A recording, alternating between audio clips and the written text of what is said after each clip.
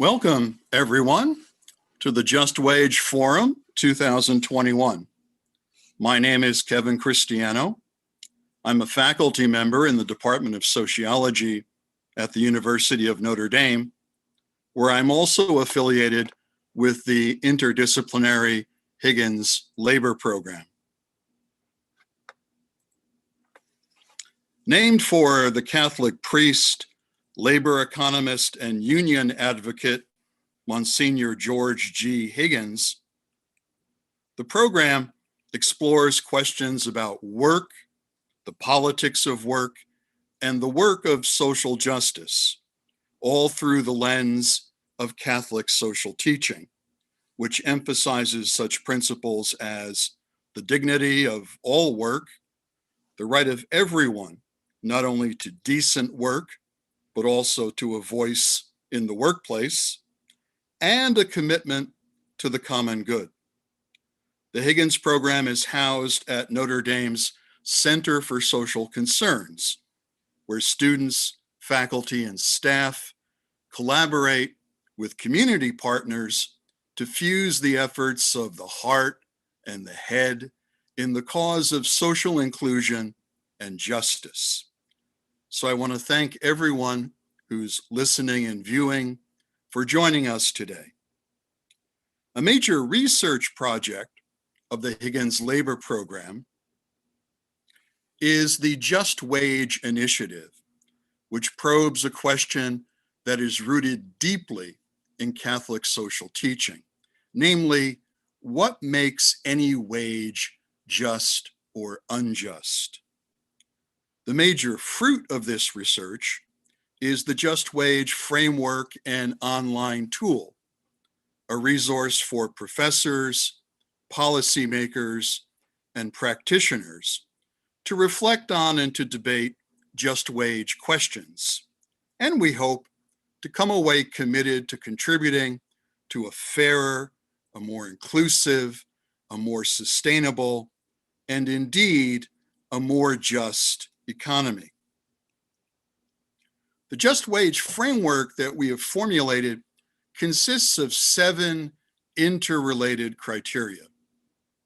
Over the first half of 2021, we're hosting experts drawn from the ranks of scholars and practitioners to share their insights, expectations, and concerns regarding the prospects of a more just economy. Meeting mostly every third Friday, with the starting times varying to accommodate the busy schedules and disparate locations of our invited panelists, we focus each time on one of the 7 just wage criteria, with short presentations by both a scholar researcher and a practitioner activist. These individuals are selected in the spirit of bringing the academic and advocacy realms together in the hopes of starting not only new conversations, but also new initiatives. We kicked off the forum on February 12th when we introduced the Just Wage Framework. Later that same month, we focused on Criterion 1, which says that a just wage facilitates a decent life.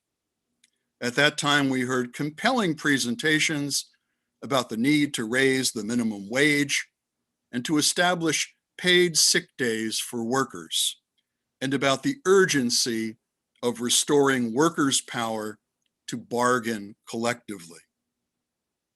Our focus in March was Criterion 2, a just wage enables asset building. As we see it, a just wage offers disposable income, enabling savings and property ownership. It provides benefits in the form of educational enrichment, professional development, and skills enhancement, and promotes opportunities for advancement and income growth. More broadly, a just wage, we think, also facilitates the development of community. Our most recent session on April 9th was dedicated to Criterion 3, a just wage provides Social Security. If you missed any of these sessions or would like to revisit them, you can access the videos of the proceedings from the Just Wage Forum website. In fact, I encourage all of our viewers and listeners to visit our website to learn more about these criteria.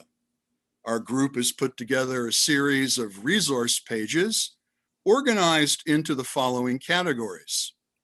What does Catholic social teaching say on the topic? What does research show? What is the law? And who does it well? In a few paragraphs, each page introduces the topic and points the reader to other resources for deeper exploration. Before we turn in a minute to the main event, I should say a note about protocol and participation. We'll devote about 20 minutes each to presentations from our featured speakers, followed by 15 or so minutes of a conversation between them and a member of our Just Wage working group. We will then have nearly 30 minutes for discussion, when speakers will answer questions from you in our audience. To that end, we ask that you use the Q&A function to raise questions or comments during the presentations and afterward. Stasia Reisinger, research assistant for the Higgins Labor Program, will be handling contributions that are submitted by our viewers. We'll do our best to prioritize and address as many of those questions as we can. For those of you whom we do not reach in time, you can always follow up outside the session via email and the like. So thanks for joining us today, and thanks as well to the many colleagues, both in front of the camera and behind the scenes, our many colleagues at Notre Dame, who helped to make this Just Wage Forum possible. Today we concentrate on the fourth criterion for a just wage, which specifies that a just wage is free of any taint of discrimination.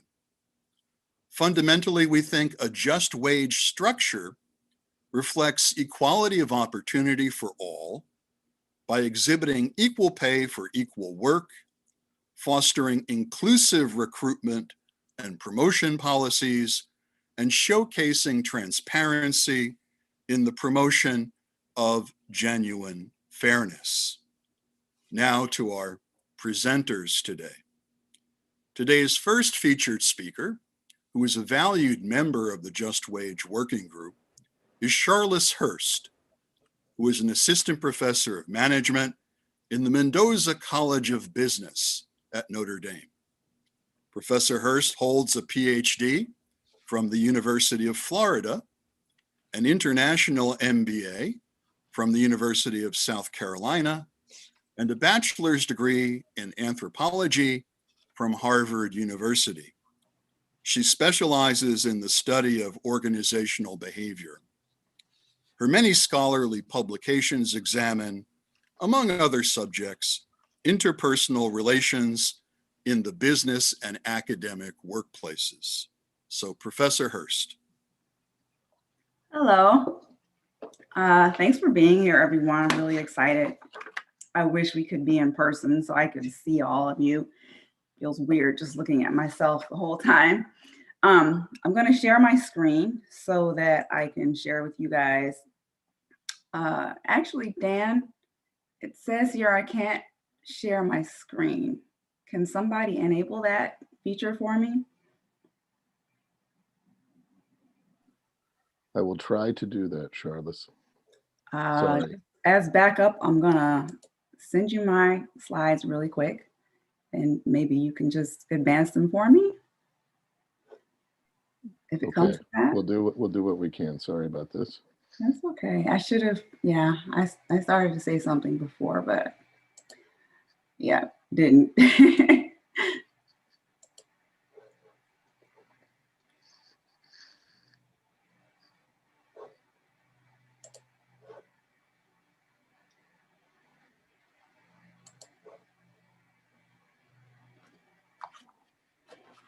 Okay, says here, I should be able to share now. There we go. All right, cool. Okay, so let's go. So as Kevin said, I'm talking about Criterion 4 today, which I won't restate since he just read it. I want to start with a little bit of history, but actually let me go back a little bit. When we canceled this, or when Dan had to cancel the conference, we were in a really different place as a society, and it was impossible to even consider, like imagine how much things would have changed by now for so many people. So a lot of my discussion is going to reflect those changes. So as you know, the Criterion advances the idea that a just wage should be free of discrimination. Before I go further, I want to note that most of my discussion will center around race, ethnicity, and gender. I don't mean to leave out the other groups that are mentioned in the Criterion. It's just more for the sake of parsimony, and also those are the areas I know well, and they happen to be really timely because of the pandemic. Again, not to leave anyone out, because for instance, people who are disabled have really suffered through the pandemic and also really suffer from employment discrimination, but just for the sake of parsimony. And then also because the research in this area has been mostly on gender and race, and really more on gender and really more on employment discrimination against white women, although psychology researchers never actually say that they're basically studying white women. Those are the samples that they use. And so, as in other cases, the universality of white people's experience is taken as a given in the psychology literature. But, those are the caveats, because there is research showing that it's different for Black women and Hispanic women, but we just don't have a lot of research on that. So I'm going to begin with some history. This is a picture of Black Wall Street, or merchants from Black Wall Street, which was a community back in the 1920s of Black people that was really thriving economically. And they're actually not an exception in the sense that there were always thriving communities of Black people across the country who created their own economies because they were locked out of the mainstream economy. But Tulsa was notable because the riots. It was destroyed by riots that took place there after a merchant was accused of attacking a white woman, which we know was often the reason why lynchings and riots began. And the death count, the mortality count is not certain. At least dozens, possibly hundreds of people were killed, and it was burnt down, never recovered. And it's just an example of how basically the debt that this country owes not only to Black people, but to every group that's been marginalized. The conditions that we see them in are not accidental. They are due to, centuries of purposeful exclusion through various means, mostly through, terror, through having been terrorized. So we owe even more of a debt now than we did over a year ago. And I'm sure I don't have to really, it's not new information that, essential workers are more likely to be Black and Latinx, and also women, because they occupy, jobs at the lower end of the economy. And so I'll just run quickly just through some of the picture of what it looks like, has looked like during COVID, and may look like beyond COVID for these workers. So we see here just how many people are overrepresented and how many industries they're overrepresented in. So we see that Black people are well overrepresented, especially in nursing facilities, residential care facilities, which is also where people most vulnerable to COVID live. And we see that Latinx people are overrepresented, for instance, in warehousing and storage, waste management, construction. So in general, these people have been much more exposed, and we know that the toll that, that it's taken a great toll on these communities in the sense of having higher infection rates and higher rates of severe illness and death. And meanwhile, even as they're on the front lines, they are making less money than their white male peers or counterparts. And that is the case across, types of occupations. So whether they're physicians, nurses, teachers, or childcare workers, they're earning less than white men in the same roles. So this pay gap has persisted for a long time, but is particularly stark in these industries. Employment has dropped sharply, as we know, for everyone. It's dropped the most when you just look at Black and white workers. It's dropped the most for Black women. You look at white workers versus Latinx workers, and you also see much higher rates of unemployment.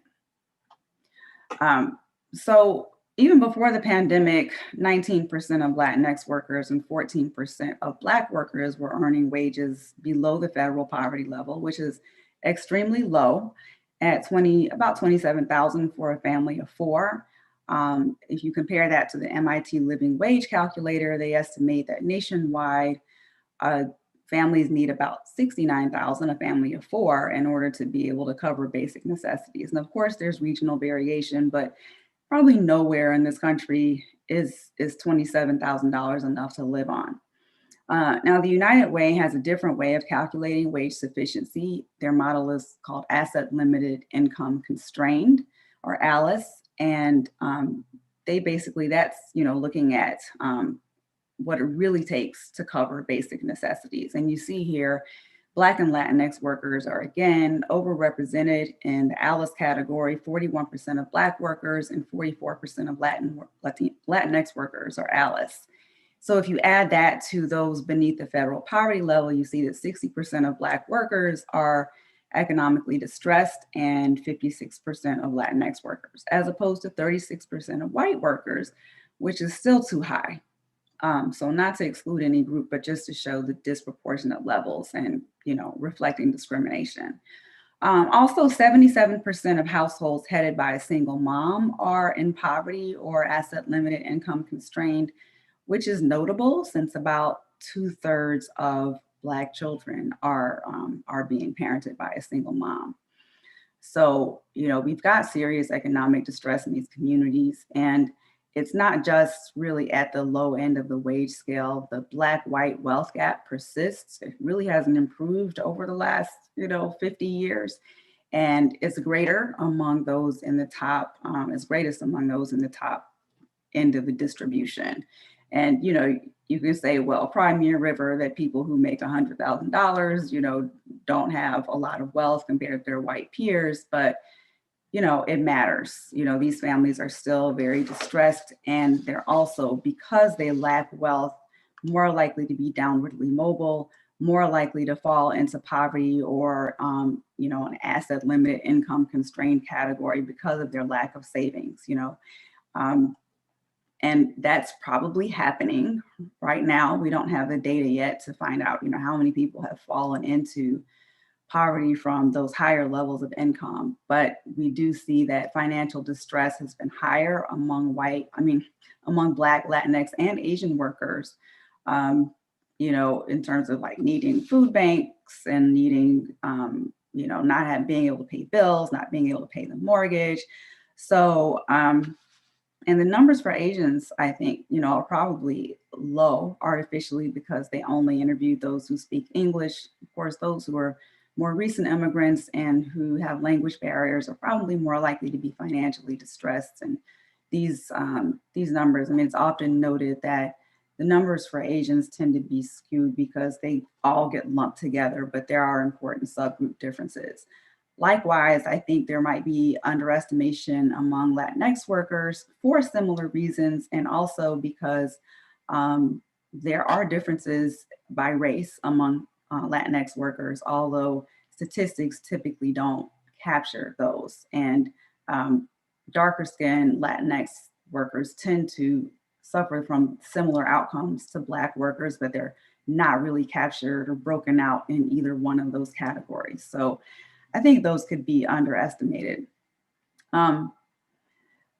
So it's, like I said before, we have higher rates of mortality, and you guys have probably already heard that, but I just think it's worth actually visualizing and seeing just how much more at risk people from these groups are, at least twice as much or more than their white peers. So, America owes a debt right now because these workers have been the backbone of our economy.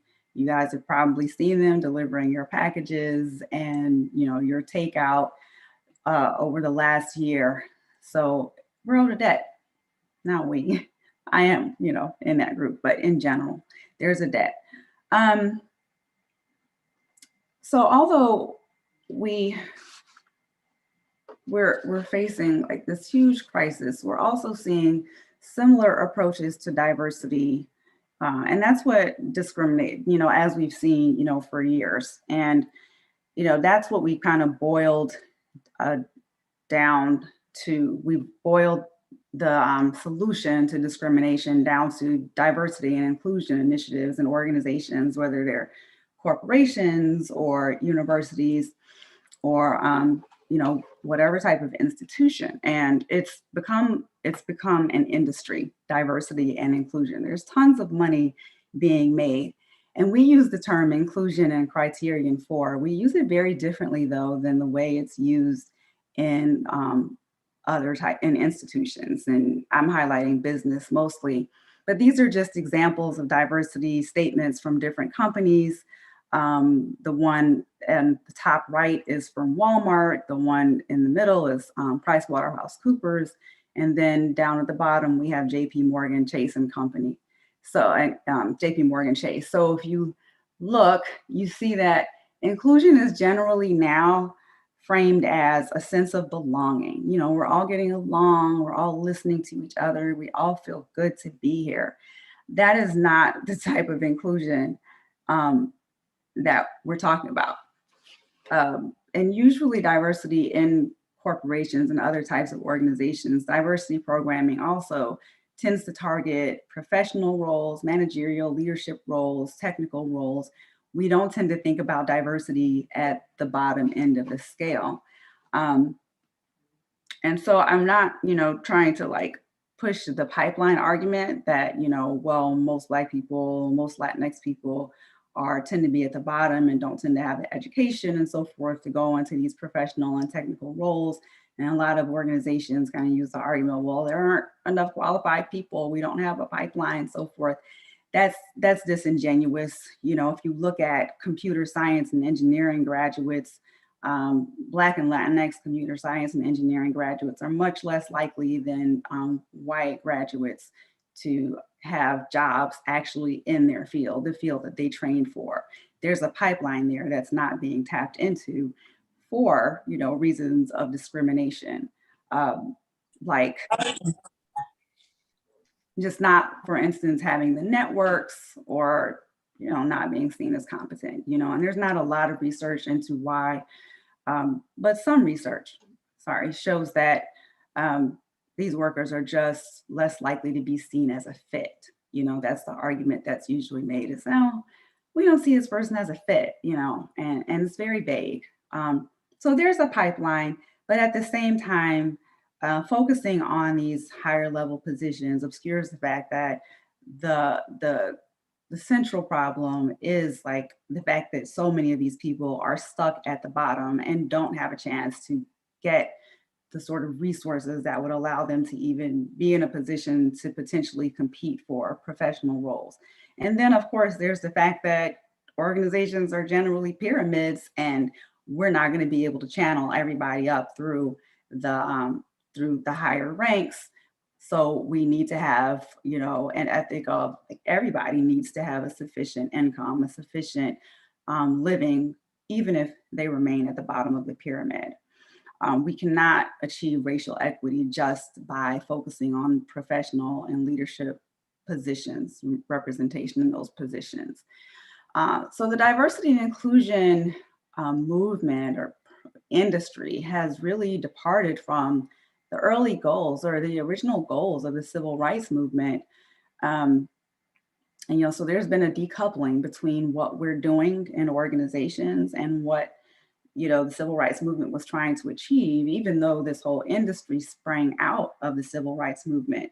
You guys have probably, of course, everybody's heard the March on Washington, and the quotes that you hear from March on Washington tend to focus on, like, the whole wanting to be judged by the content of your character and wanting, Black and white children to be able to play together and so forth, which is all important. But the focus was not strictly on integration. Like, the leaders of the civil rights movement never believed that if we could just make it so everybody could be together and like value each other's differences, then everything would be fine.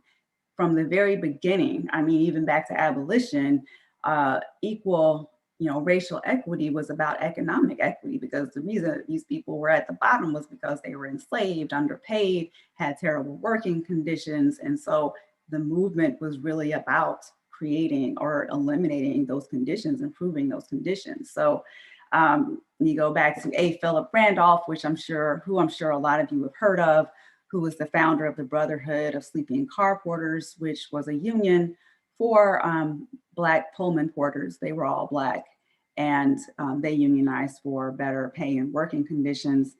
And he was just a tireless advocate for economic equity. And fun fact, he organized the first March on Washington, but it never materialized, because the night before it was supposed to be held, FDR passed the Fair Employment Practice Act. And that was a deal he worked out with A. Philip Randolph. Of course, it did not fix discrimination in employment. So, years later, there was another March on Washington. Many people forget that it was called the March on Washington for Jobs and Freedom. So it was very much about economic equity, not just about integration. This is a quote from Martin Luther King the night before he was killed, when he went and spoke at a rally for the Memphis sanitation workers who were on strike for better pay and working conditions. And his speech very much focused on economic equity and strengthening Black people's economic position. He was advocating for them to patronize Black businesses and building a greater economic base. So this has always been a focus of the civil rights movement and continues to be. You see here a quote from the president and CEO of the NAACP, again, talking about the role that corporations have to play, or need to play, and how they've actually perpetuated racial inequity through their employment practices, and they need to stop. So I'd be remiss, as I tinkered with this last night, and I thought, oh, these are all men. I need to highlight the role of women. They played a, extremely important role in freedom movements during that period and, throughout history. So this is Dolores Huerta, who was an organizer for farm workers who were mostly Latinx farm workers, but at that time, most farm workers were also African-American in the South. And what's really important about this quote from her is that it highlights the importance of childcare and just the challenges that mothers face to economic equity, to racial equity. It's, we can't achieve that without also making sure that women have conditions that enable them to work and to know that their children are safe. And we've failed them during this pandemic. Low-income women are more likely to have quit a job for a reason related to the pandemic. And among those mothers who quit a job due to COVID-19, about half did so because their child's school or daycare was closed. And this illustrates women are more likely than men to have taken time off work due to childcare reasons. What I find really interesting about these numbers is that, over a third of Black and Latinx women took time off work for childcare, and a third of white women, but lower proportions of Black and Latinx women took time off for their own illness or to care for a family member, which is interesting because they were more likely to be ill or have a family member who was ill. So to me, that suggests that, or they were, or taking time off for quarantining. So it suggests to me that they weren't taking time off for themselves, even when they needed, or for, people who were ill, but they had to prioritize their children. And of course, you see here the rates of, people having to take off because of their child's daycare situation were higher among people who were making less than 200%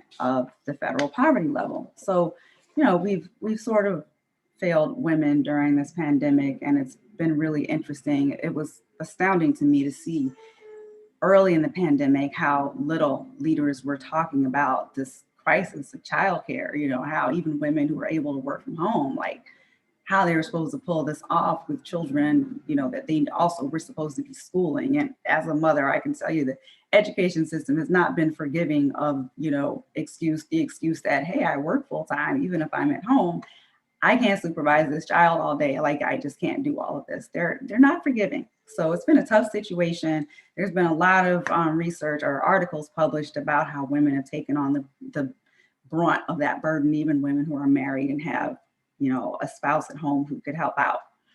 So in the midst of all of this, and of course, following the protests over George Floyd and Breonna Taylor, you guys are, I'm sure, aware that lots of corporations have been making pledges to racial justice, to promoting racial justice and, increasing representation of Black people within their firms and, giving money to causes. So, the question on my mind has always been, how genuine is this? How much change are we really likely to see?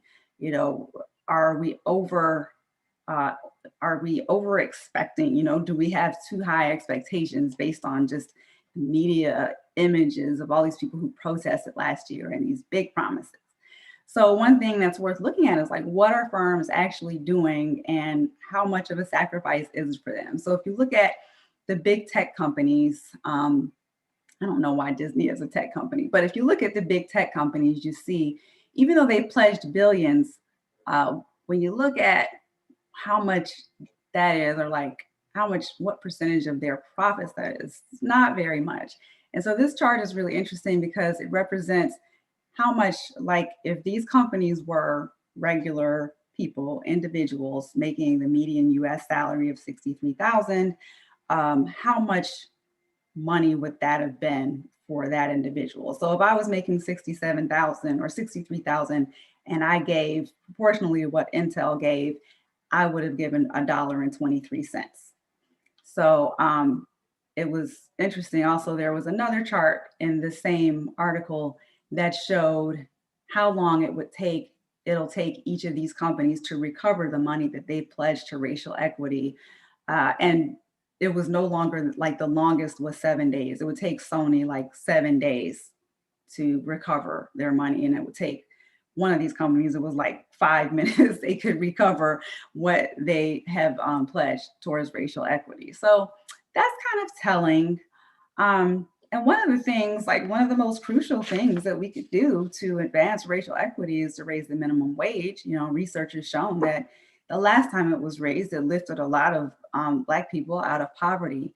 And a lot of corporations, like even Walmart, is saying, hey, we support a raise in the minimum wage, but they're not consistent. Like, the CEO of Sam's Club was interviewed in the New York Times recently, and she's like, well, there are regional variations, and so I don't think I should have to pay the same thing to somebody in Alabama as I do in California. And you hear that a lot. At the same time, you don't hear them saying they'd be willing to pay more in California. That would be my question for her. Would you be willing to pay more than 15? Because that's actually not a living wage in most parts of California. And I don't really think so. It seems to me a disingenuous argument, basically intended to kind of squelch discussion of even having a $15 minimum wage. So another good example of, how sincere are these pledges, or how likely are they to make change? And I won't speak to the sincerity. I think that, there's lots of good intentions. I just don't think much of good intentions anymore, because I think the diversity stuff has always been well-intentioned. if you look at Blackrock, which has been kind of a leader even before this in the conversations about racial equity and climate change and all these things, they've made a pledge to hire, to increase their representation of Black people over the next few years. So I kind of looked at the numbers on that. They want to increase by 30% Black employees and double Black senior leaders in their workforce, which is 7,500 in the US. And that target seems impressive until you see that success will result in only 113 more Black employees over the next 5 years. And the doubling of Black people in senior leadership will result in an increase from 1 Black person to 2 on the board of directors and the executive committee. So not like as ambitious a goal as it seems. Another example is the Business Roundtable, which has announced support for federal paid leave legislation, which seems like cause for celebration. But then you find that they're advocating that it only covers employees who are already covered under the Family and Medical Leave Act, which leaves out about 62% of low-wage workers who are disproportionately, as I've said, people of color and women. Women are most likely to need paid leave. So, it's again, it seems disingenuous. Charlice, we're at time now. If you could wrap up. Okay, so the main point here, and I have more I could talk about. The main point is that diversity and discrimination, anti-discrimination efforts have been decoupled from the aims of the civil rights movement, the true aims of the civil rights movement, and we cannot achieve racial equity as long as we're not making economic equity and economic justice the foundation of those efforts. Will be leaving out the majority of people who are being left behind. And so we need to start from there. And I don't think that we are. In fact, I think companies are going to continue to undermine racial equity efforts, even as they make a big show of seeming to support it. Thank you. Thank you, Professor Hurst. Our second featured speaker is Monalisa.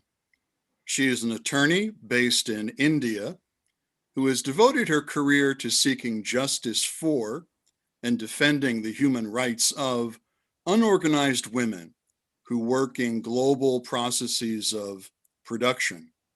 She graduated from the National Law University in Delhi in 2013. In addition to that, Monalisa is a Notre Dame alumna.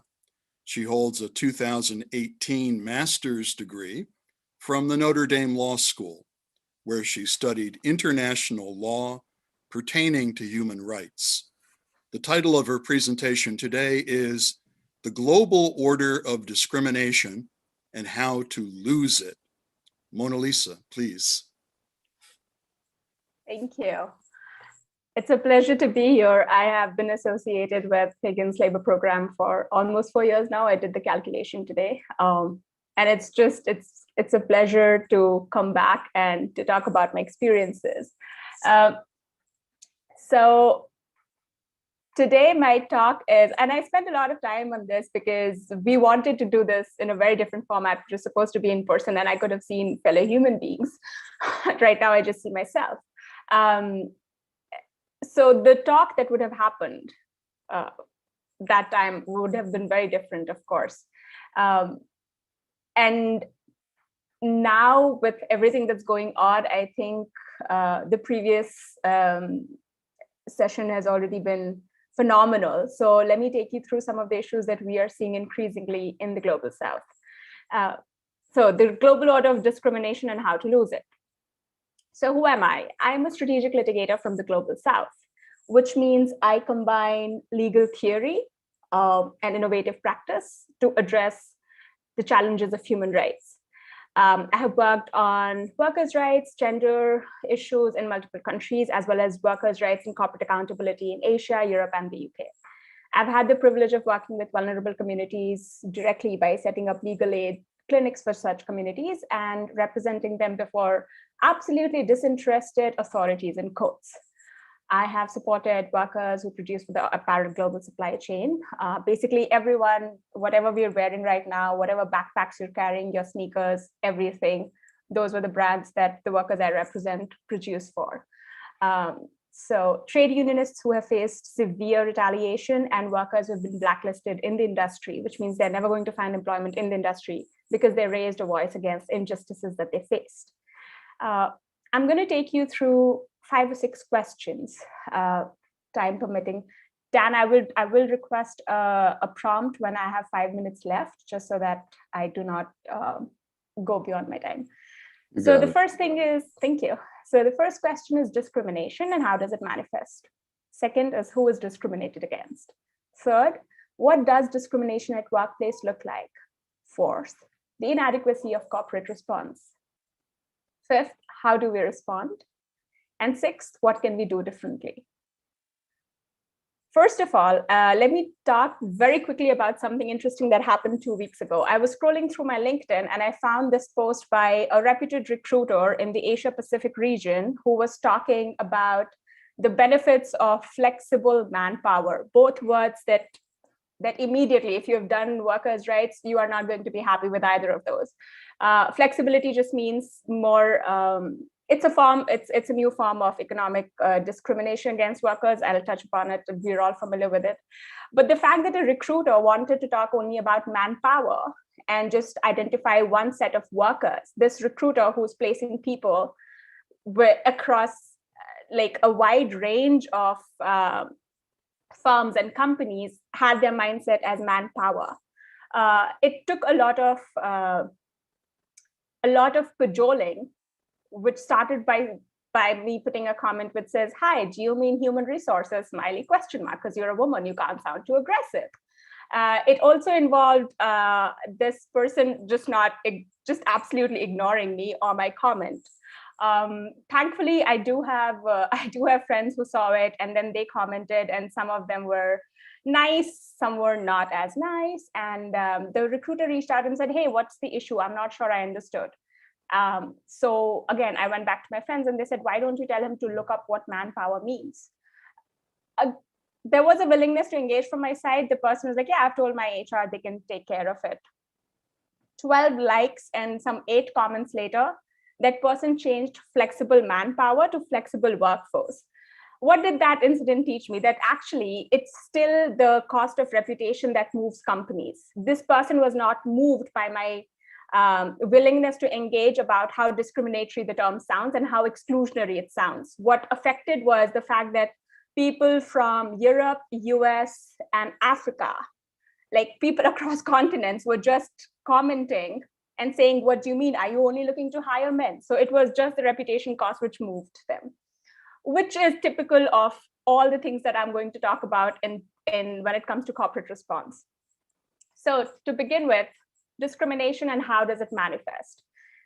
Within the global legal order, it is legal to treat workers differently. Of course, that's fine. In a certain economy, firing workers is much easier than in others.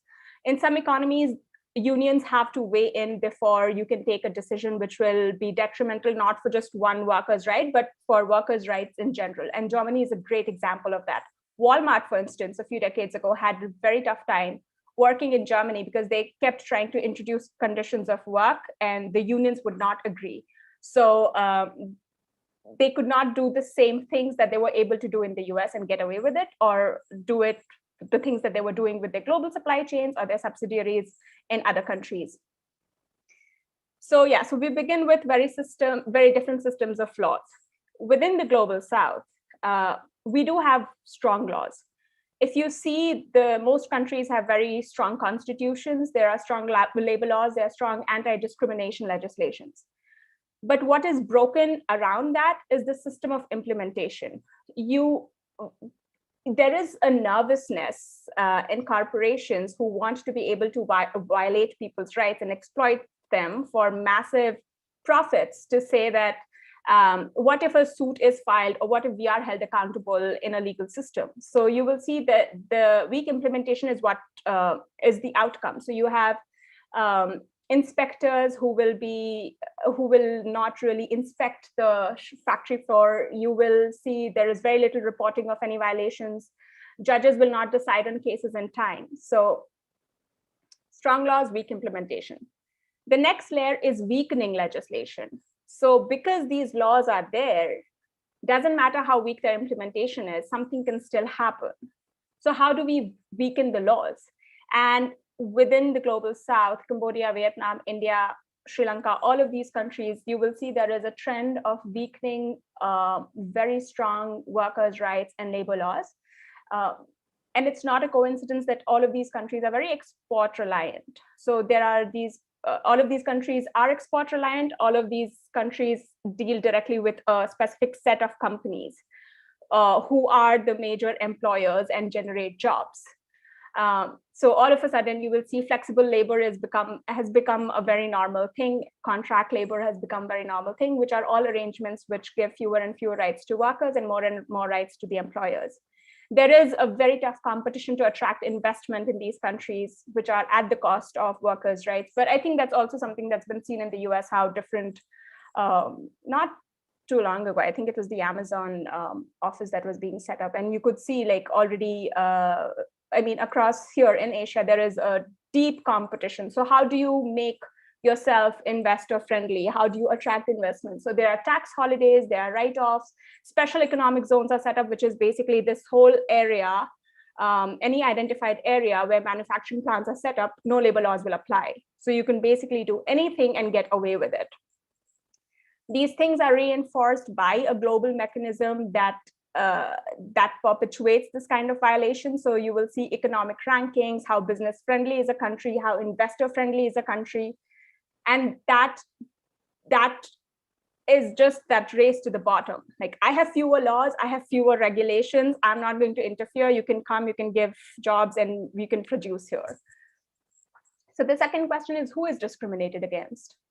The socioeconomic profile of the people that I work with, high levels of poverty, no formal education. These are migrant workers who move from rural areas to urban areas to be able to support their families.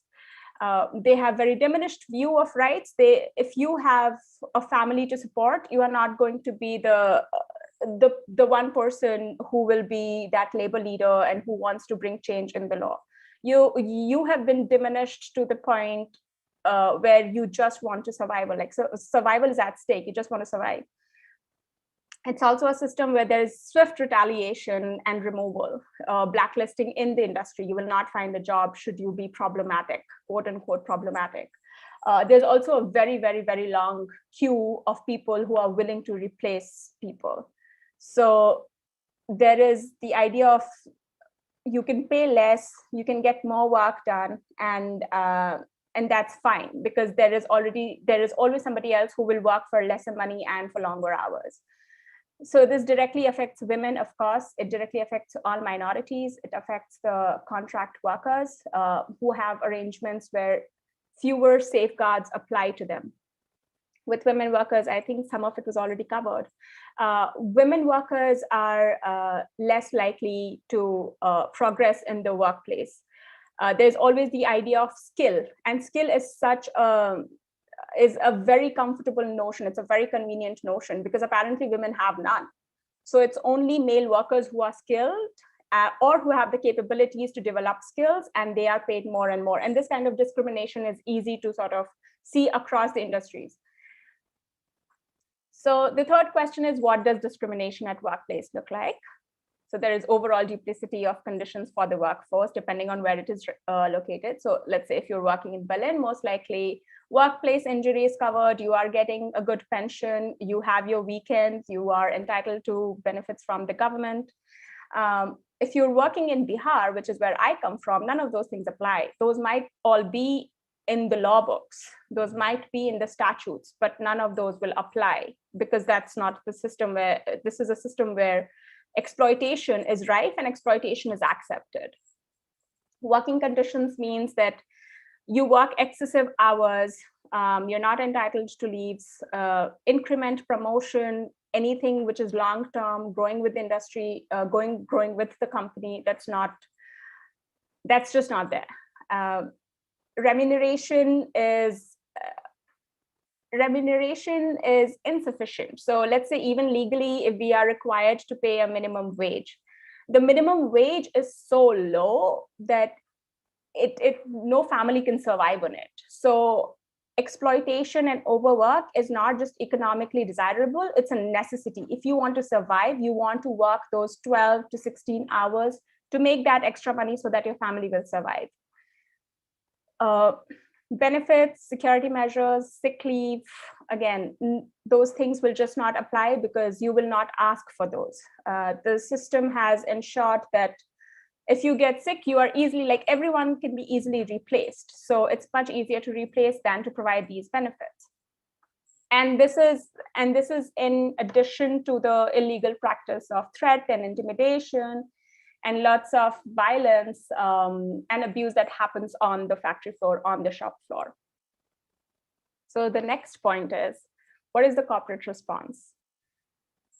Inadequate. That's the corporate response. It begins with the refusal to engage and then being able to constantly emphasize how this company, which is in the UK, does not really know what's happening in factories in India from where it is sourcing, or Bangladesh, or Sri Lanka, Cambodia, Vietnam. They will always have this excuse, we never knew. So, which means that the advocacy response is to say that we have to create a paper trail, we have to create that evidence.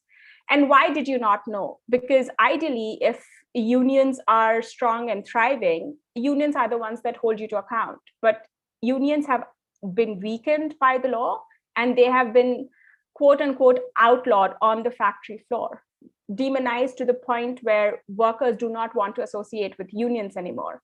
And not to say that unions were the perfect institutions. I mean, when unions started out, there was a lot of, and there still is a lot of hostility towards including women workers. And now when we talk about feminization of the labor force, all of a sudden, you know, there is a difference. There is such a friction between unions who refuse to espouse women's rights, for instance. Women's workers' rights are not adequately represented.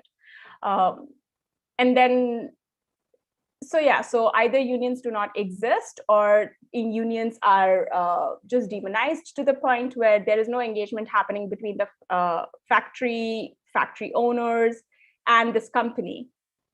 The other outcome has been that a lot of NGOs have come in to fill the gap.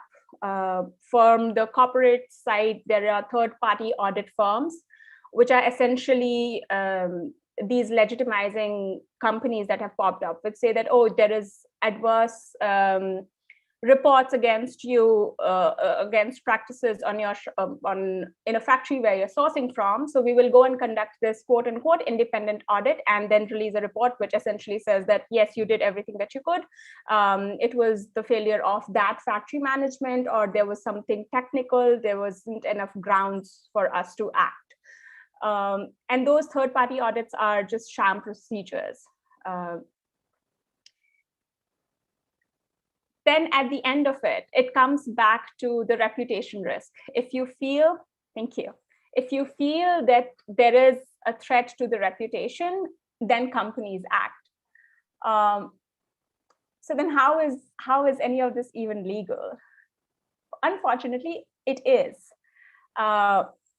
What have been some of the responses? And because I have 5 minutes, I will try to go through it quickly, and I'm more than happy to answer questions, of course. There is a global order of human rights, which recognizes the inherent equality of all human beings, which has led to voluntary standards that have been adopted by countries or groups of countries. However, these guidelines have weak standards and weak mechanisms. They try to hold corporations accountable, but it's more of a placebo. It's more of like, okay, we are going to put this trade union or this NGO on the same table as the company, and they can talk it out. That's it. There is no genuine effort to engage with the issue. A lot of countries are now moving towards human rights due diligence-based laws, which is essentially that companies should be liable for their supply chains or their value chains. And we are seeing these laws have come up in Germany, Netherlands, Norway, Switzerland. Again, there is a lot to unpack there. That 3 minutes will not do justice to. Essentially, there are questions about how strong the laws are, how good the laws are. There is also the idea of corporate accountability related transnational litigation, something that that I absolutely love, of course.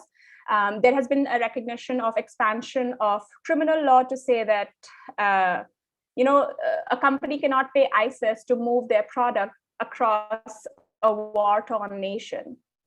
That is recognized in the law. At the same time, there is also an expansion of civil liability. Like there is international criminal law, there is customary law, there's human rights law, and companies cannot say that these do not apply to them. So these apply to companies. And however, this is just at the beginning, we are at the beginning just now, it's just started. So last thing, what can we do differently?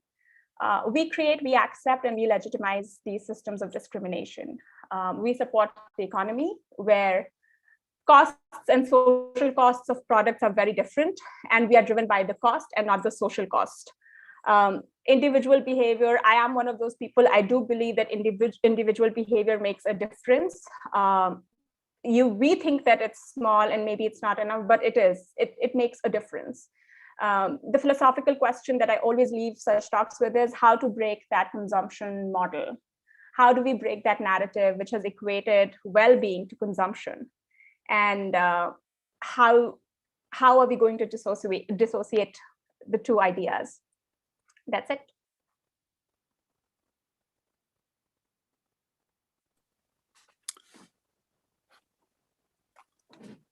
Thank you very much, Monalisa. I should mention, by the way, that the disembodied voice that you've heard several times in this hour belongs to Dan Graff, the director of the Higgins Labor Program and the person who has the lion's share of the credit in arranging the Just Wage Forum. Now we'll hear a brief response to all of our presentations from a member of the Just Wage Working Group, Professor Connie Mick. Professor Mick is the Senior Associate Director, the Director of Academic Affairs, and the Director of the Poverty Studies Interdisciplinary Minor in the Center for Social Concerns at Notre Dame, where she has served to supervise numerous programs in service learning. She wears many hats, but does not have a big head. Professor Mick earned her Ph.D. at Loyola University in Chicago, an M.A. from Boston College, and her undergraduate degree at Manchester University in Indiana. She is the editor of Poverty Privilege, a reader for writers, and the author of Good Writing and Argument Rhetoric, both published by the Oxford University Press. Professor Mick. Thanks, Kevin, appreciate it. And thanks to Monalisa and Charlice for extending what has been an incredibly interesting and exciting conversation about the just wage concept. Wow, focused on specific criterion, each discussion builds on all the others, and I'm just grateful to be here. You two inspired me today to share 3 responses that lead to questions. You can take up any or none of these after I share a few thoughts here. And just let me say smiley face question mark. So, if anything feels too aggressive or disturbs you, as Monalisa said, we'll cover that with a smiley face first. So first, today's talks get at the core question of whether we can reasonably hope to have a just wage in an unjust society. Do wages only reflect society, revealing the ways we discriminate on the basis of race, gender, ability, and all those factors outlined in Criterion 4? Or does a just wage have the power, if properly defined and enforced, to create racial, gender, and social justice? That last part, enforcement, is significant, as Monalisa and Judy Fox and other legal minds in this forum have pointed out. Legal efforts such as the Fair Labor Standards Act of 1938 provide a public moral touchstone that encourages our better angels to prevail. But sadly, history and current events show that if left to our own individual discretion, discrimination and oppression win all too often. So those policies, laws, and acts only record our aspirations, not our reality if they're not enforced. So Mona suggests that even the threat of enforcement and reputation risk can move employers to be less discriminatory and more just. And such laws do provide recourse in the case of egregious acts of employer misconduct against employees. Charlice likewise notes how Martin Luther King Jr.'s march happened 4 years after the Civil Rights Act of '64 was passed because the act was not being adequately enforced. Collective public pressure is a necessary component of full compliance with these legal efforts. So this discussion of Criterion 4 has me thinking about how a wage can be used as a tool for social justice and not just economic justice, as Charlice says, wedding those two again as the civil rights movement intended. And I've often heard discussion of raising the minimum wage in the US framed as a goal to reach 15 for all. And while we've spent some time in this forum talking about the number 15, I think we should also attend to that for all goal. Should the minimum wage be the same for everyone? Criterion 4 advocates for equal pay for equal work. $15 for all is an equal wage, but is it equitable or just given the wage and wealth discrimination so many people have suffered for so long? What if we defined an equitable wage as one that compensates for current inequalities, racism, sexism, ableism, and indicators of other active inequalities that make it harder and more expensive for some to be housed, fed, and banked today? What if we defined a just wage as one that accounts for both current and past injustices, a tool for addressing historically marginalized and oppressed groups? For example, could a just wage be one tool for delivering reparations for slavery in the US? Could it be a tool for addressing the gender pay and wealth gap? Since our own deep-seated proclivity for discrimination is not enough, it seems, to hire and retain these workers based on evidence that doing so is actually good for the bottom line, diverse workforces do better. What if we further incentivize employers to hire and retain workers from current and historically marginalized and oppressed groups through tax incentives, carrot rather than the stick? What if we also gave those same workers their own tax breaks or other benefits? Our current wage structure in the US has room for sub-minimum wage workers. What if we flip that and remove all sub-minimum wage workers and create space instead for these super or premium wage workers? What minimum starting wage do we owe as a society to an African, Native American, transgender woman? Maybe it's more than 15. So in today's political climate, this might be more of a thought exercise than a legitimate proposal, but if any group is going to hold on to those ideals of justice, I think it's this Just Wage Working Group. And I want us to keep entertaining that vision of a just world. And I'd love to hear what Monalisa and Charlice think about that concept, that a just wage is more than the absence of injustice. It's a restorative just wage, invoking restorative justice that attempts to heal past injustices to individuals and communities. So second, in her early notes, Charlice touched on the sub-minimum wage allowed for people with different physical and intellectual abilities. Our thinking has evolved over time about what constitutes a just wage for this population. And in the 1930s, we decided essentially that some pay was better than no pay. So it was okay to pay these workers as little as $2 an hour in what are called shelter workshops.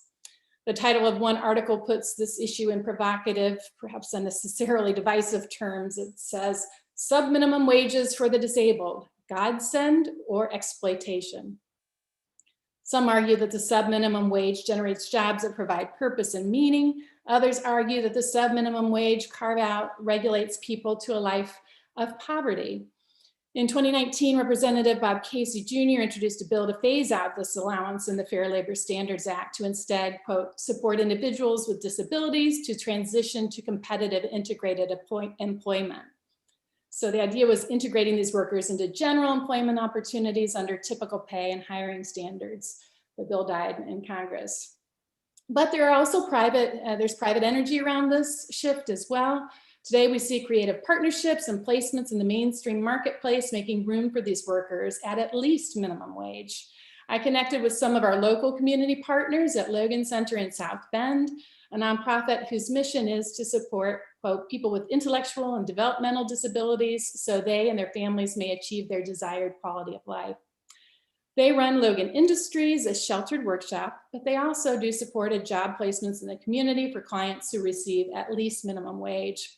Seems to me that giving workers more choice in where and how they're employed and helping the visible marketplace look more like our population is good for workers, employers, and customers. I've also seen a number of small businesses created specifically for workers with different abilities.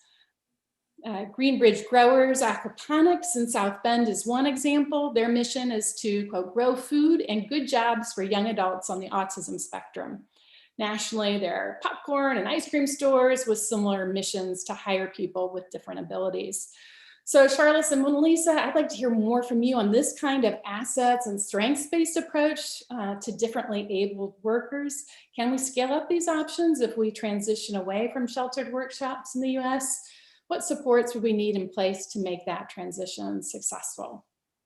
And then my third area of thinking here was, I noticed in Criterion 4 that it does not explicitly address currently or formerly incarcerated workers, although some of the other supporting documents certainly do make that reference.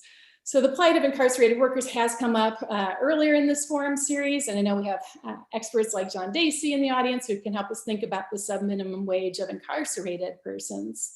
But we also need to acknowledge the challenges of formerly incarcerated individuals who seek employment in the face of extreme discrimination.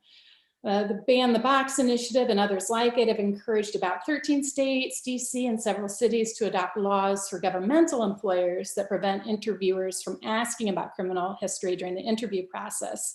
This helps mitigate the effects of discrimination caused by the stigma of incarceration. And as in the area of abilities, we've also seen growth in initiatives and small businesses that cater to the strengths of this population. Locally, I want to lift up Pat Reagan and Marty Whalen's new business, Crossroads Solar, which produces solar modules in South Bend.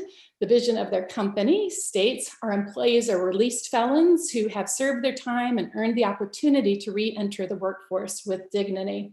Crossroads Solar argues that after people serve their time in prison, they've earned the right to earn a living wage. So making sure that it's really robust compensation for what they're doing, given that this is a population whose opportunity has been so disadvantaged for just any kind of employment.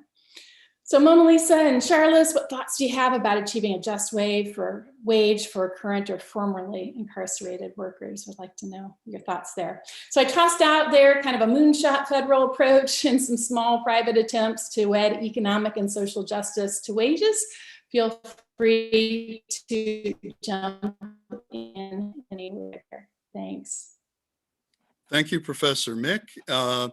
We have a few minutes now for Monalisa and Charlice to respond to what Connie has posed. She has a number of questions formulated for you. And speaking of questions, if members of our audience, our viewers have questions, you can go directly to the Q&A function, which should be at the bottom of your screen, and type in a question, and we'll try to get to some of those before the end of our session today. But Professor Hurst or Monalisa, do you have a comment? Sure. Hurst, would you like to go first?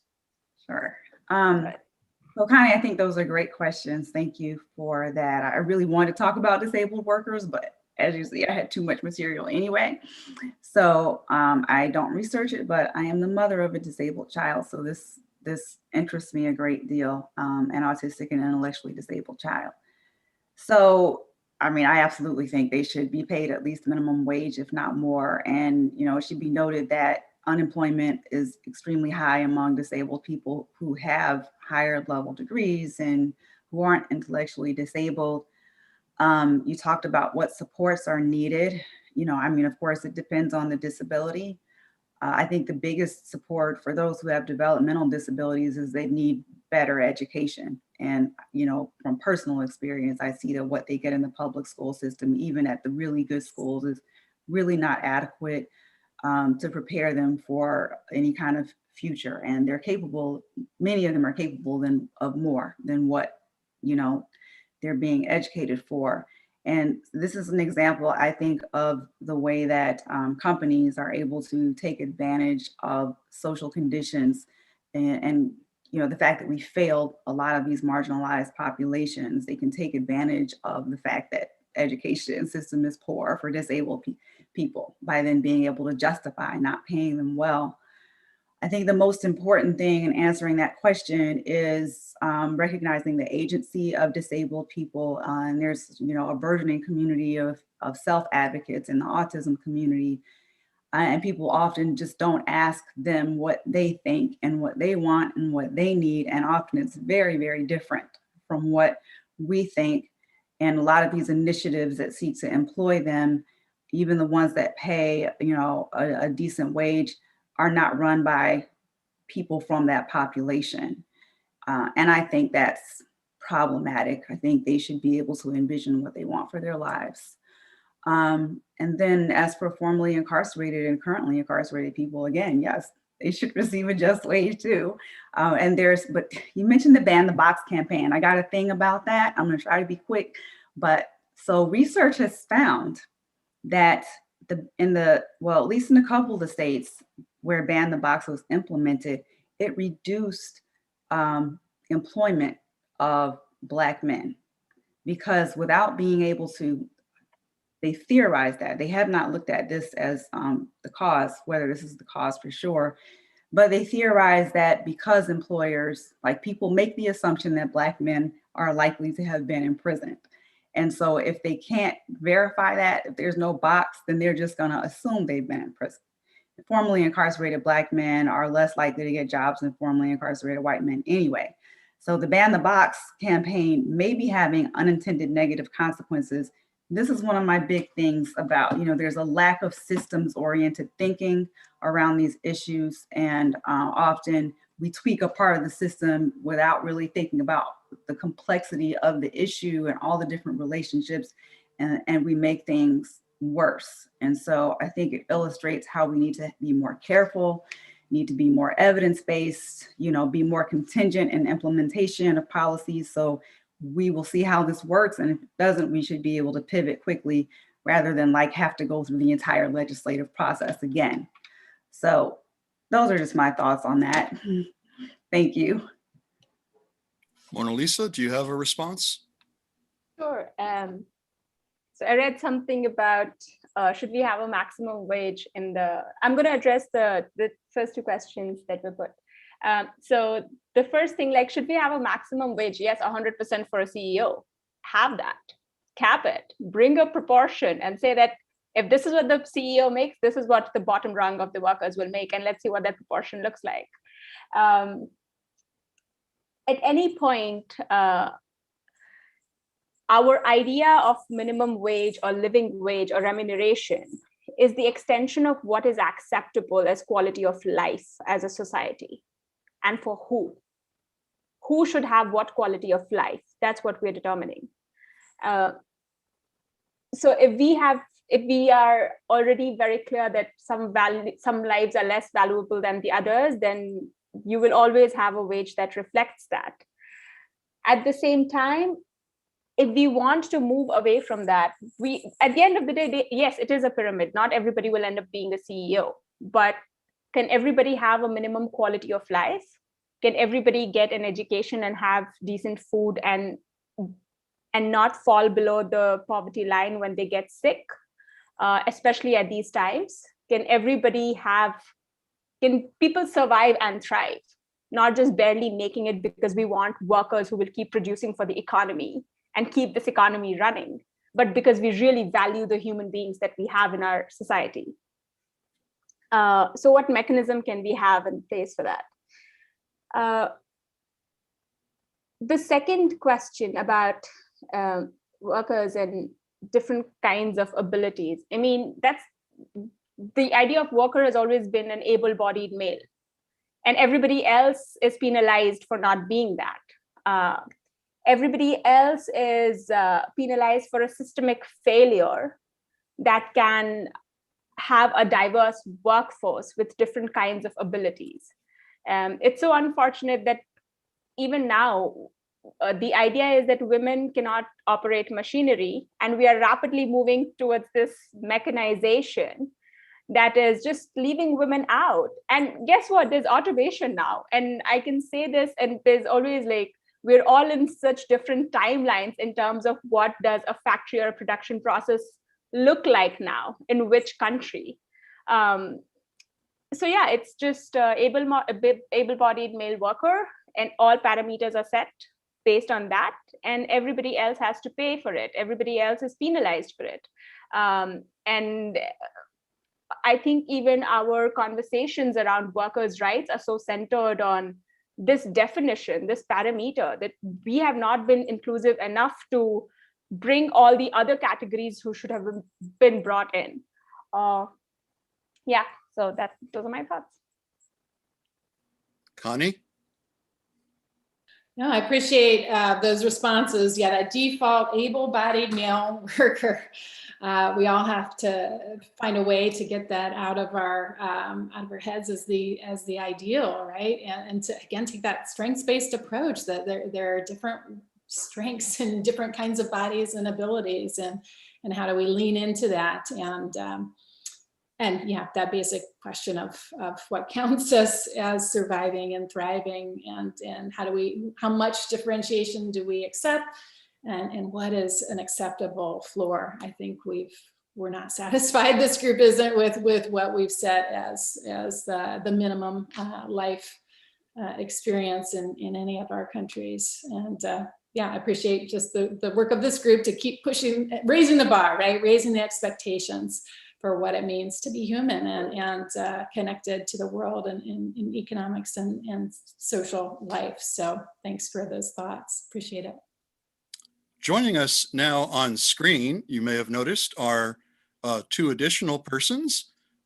These are people who will be fielding questions from the audience. First, Kelly Reagan, who is a research associate at the Center for Social Concerns at Notre Dame.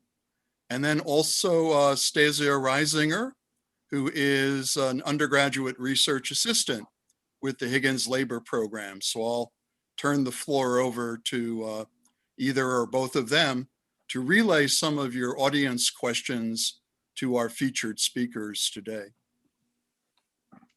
Thank you so much, Kevin, and thank you, Mona, Charlice, and Connie for your contributions today. I think we'll have about 10 or so minutes of questions. Hopefully we can get through as many as we can. Our first comes from an attendee, and Charlice, I think this will be more geared towards you because of the US context. But our attendee asks if you think that the current proposals by the Biden administration will push the support of workers in a more positive direction. Yes, absolutely. But at the same time, I have to admit to some level of ignorance, because after the election, I took a break, because every time I've opened the news, you know, I try to go back every couple of weeks. I see that somebody's been shot, you know, a mass shooting, you know, by a regular citizen, or a killing by the police. So honestly, I'm not up to date.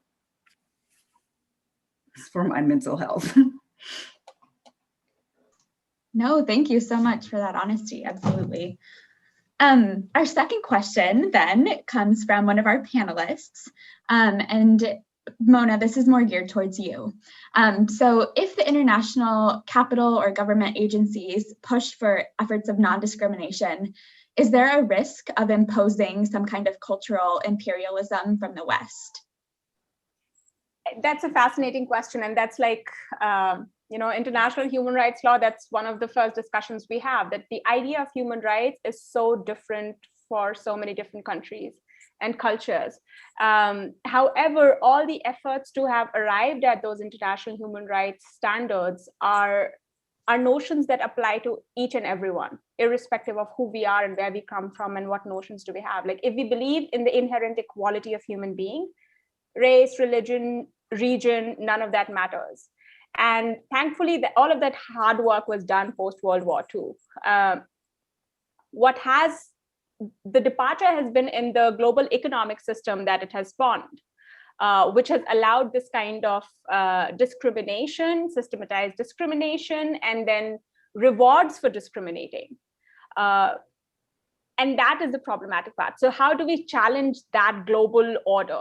How does a worker who is working 16 hours a day and not making enough money to survive be able to hold H&M to account, who are making massive profits for each piece of clothing that they are able to sell.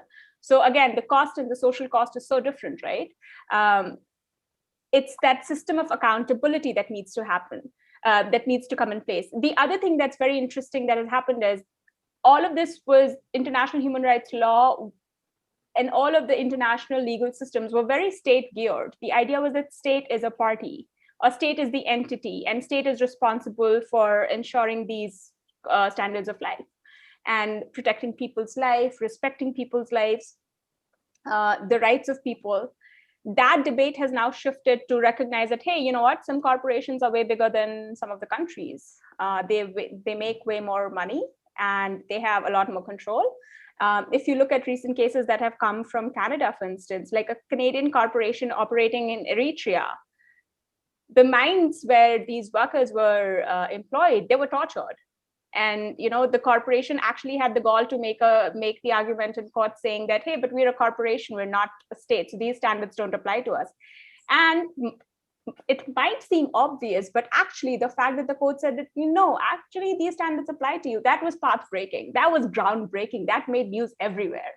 So that understanding is now shifting, and that's, of course, that's in the right direction. We're all for it.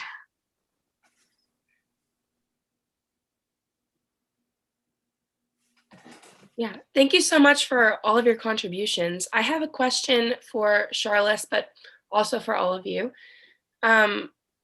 What do you feel is the best way strategically in this moment right now to make sure that economic justice and civil rights don't stay decoupled, as you've mentioned in your talk? Well, one is that we need to stop denying the problem and the scope of the problem, which we do, and even within I think I've seen a phenomenon that I haven't studied, but I feel within organizations, our institutions, where white people are less likely to see racism. So even white people I know who will acknowledge racism out in the world will be like, oh, it's not here though. We don't have that problem here. You can't address it if it's not there. And the other thing I think is that there has to be a collective approach across institutions. Institutions have to work together. Companies can't do it on their own. There's some legitimacy to the argument that small businesses, for instance, will have a harder time if the minimum wage is increased. And just so many changes like federal paid leave, that has to be something that happens in partnership with organizations. So, I think we need a coordinated effort. And there's a model called collective impact where, it's not just cross-sector collaboration, but it's actually like very structured, it's infrastructure, staff, and a process and accountability, shared measurement, and it's gotten good things done. Like education, there was a collective impact initiative years ago in Cleveland that improved educational outcomes tremendously beyond, and no new organization was established. There was no new funding. It was just that institutions changed the way they work together and they got all sectors involved, including business. So I think that we need more of that type of approach. We can't expect companies to do it on their own. I'd just maybe piggyback on to that, Charlice, an effort by the United Way of St. Joseph County and other communities called the Self-Healing Communities approach. It's really focusing on adverse childhood experiences and the ways in which that's not just an individual household problem, but that's a community harm, and how do we take that, all domains, all stakeholders, universities, business, government, private sector, how do we bring folks together to, number one, acknowledge, right, to have informed action in acknowledging the harms, systemic racism, domestic abuse, all these things that, especially when they happen with children, can, if not addressed and mediated lead to long-term disadvantages that we see in terms of emotional and financial and social health. So, there's some of those efforts, I agree, it's collective action and collective acknowledgement, ongoing, and not just a short-term initiative, but a different way of relating to one another and acting. So I think those kinds of efforts are helpful, and we can lead into those on the local level as well, where we know people and we know our neighbors, and we care in maybe a different way about the folks that we're next to. Just one thought. I think we have time for one more question, and Monalisa, this is for you, but all are welcome to speak in. It's two parts. So other than the uncomfortable social media encounters that you mentioned, what are ways that we can breach the reputations of corporations who maintain problematic positions on race, gender, and workers' rights? And then in the same vein, what are concrete ways that we can make costs reflect the social costs that you mentioned? Great questions. So for the first one, I mean, if we see some of the most effective responses that companies have given, it is based on something someone tweeted. In India, there was a particular, there is HUL, which is a Anglo-Dutch company, which had just spilled mercury and destroyed a beautiful green city in India. And for years, for decades, nothing happened. And people kept trying, the community kept trying, and the community kept trying, reaching out to the Dutch headquarters and to bring cases to court. It wasn't going anywhere. Till one day, this one woman woke up and she rapped about it, and she set it to the Anaconda tune, and it just went viral on YouTube. She posted it, it went viral, and I think it was only a matter of few hours before the CEO responded saying that, hey, you know what, we're taking action, we're going to resolve this issue. And it was, it's just fantastic. Like, something can spark a reaction. For all the work that we have done with the global supply chain, with all of these big brands, a lot of it has to do with people just coming up and, people just saying that, hey, tagging whoever, the topmost folks, and saying that this is not okay and we don't support this. Also, like, there are fantastic examples of activism from the US, like University of Wisconsin. The students engaged with Adidas, and essentially their stand was that the way manufacturing is done by all the companies that we are contracting with, that the university is contracting with, is violative of labor laws and workers' rights, and brings indignity. And they brought a suit and they engaged, and that practice changed. So yeah, there are always models of effective responses. How does cost reflect social cost? This is more about thinking, do we really need all the things we have? How did we get the things that we have? Who made this? Why did they make this? So a lot of invisibilization of exploitation happens. It's not separated by countries. It happens in our neighborhoods. It happens in our communities. We see it and we choose not to see it. We choose not to engage because it's easier, and these systems facilitate it. At least in India, you can't escape it. There is a big fancy mall that could be the biggest in Asia, and then you have a slum right next to it. So you cannot escape it, but only if you choose to look at it, right? I feel like we have just accepted so much of consumption model, like the more we have, the better we are. That's how we show that we are thriving. Until unless we change that fundamentally, we are not making progress. At least I know that I won't make progress. For me personally, that means that at least 75 to 80% things that I own are pre-owned. These are secondhand things. Because I know that I don't want to, like, after hearing of, a woman worker who had a miscarriage on a shop floor while she was stitching a top, I know that I cannot walk into any of those showrooms and pick up something like that anymore. It's not to say that everybody should have that kind of engagement to arrive at this understanding. But yeah, in general, we need to be more mindful of like, do we really need to consume as much we're consuming? Yeah. Thank you very much, Mona. You brought us back to the place where philosophy intersects with everyday decisions. And I think that serves as a good summary point for today's discussion. I think we are out of time for this particular session today. Our deep thanks go to today's presenters, Charlice Hurst and Monalisa, to our respondent, Connie Mick, and to Kelly Reagan and Stasia Reisinger, who fielded some of your questions from the audience. Be sure to join us for the next session of the Just Wage Forum on May 21st, when another panel will be considering the meaning and implications of Criterion 5, which we almost got to today in a comment from Mona. Criterion 5 says, a just wage is not excessive. Jeff Bezos, click our Zoom link. Speaking with us at that time will be Brett Beasley of the Deloitte Center for Ethical Leadership in the Mendoza College of Business at Notre Dame, Joan Neal and Sister Emily Tecoist of Network, the Catholic Social Justice Lobby, and our own Dan Graff, Director of the Higgins Labor Program. So please come back then and bring a friend.